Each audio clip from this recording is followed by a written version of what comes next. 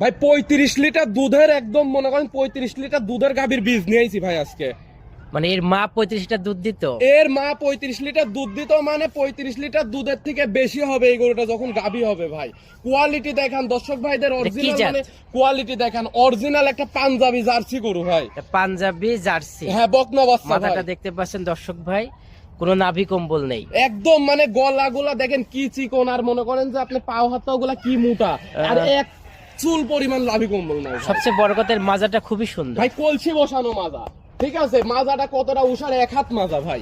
পাগুলা straight এবং মোটা আছে। ওলানটা দেখি, ওলানটা দর্শক ভাইদের দেখান, 35 লিটার দুধ কোথায় থেকে পাবে? 7-8 মাসের বাচ্চার উলান দেখান ভাই, 7-8 মাসের বাচ্চার উলান। চামড়াটা টান দেন তো, আমরা দেখেন এখনই ভাঁজ পড়ে গেছে। 7-8 মাসের উলান দেখান ভাই, 7-8 মাসের বাচ্চার উলান। এই সাইড থেকে চামড়াটা টান দেন তো। এই যে ভাই এই সাইড থেকে দেখেন কতটা জায়গা আইছে ভাই, এই কতটা জায়গা দেখেন, মাশাআল্লাহ কতটা জায়গা পাইছে। চামড়া ফ্লেক্সিবল হলে দুধটা ভালো আসে। 7-8 মাসের বাচ্চার চামড়া কি, মানে এর তো আরো সময় আছে ভাই। এই গরুগুলা যখন মা হবে তখন দেখতে ইচ্ছা করবে ভাই।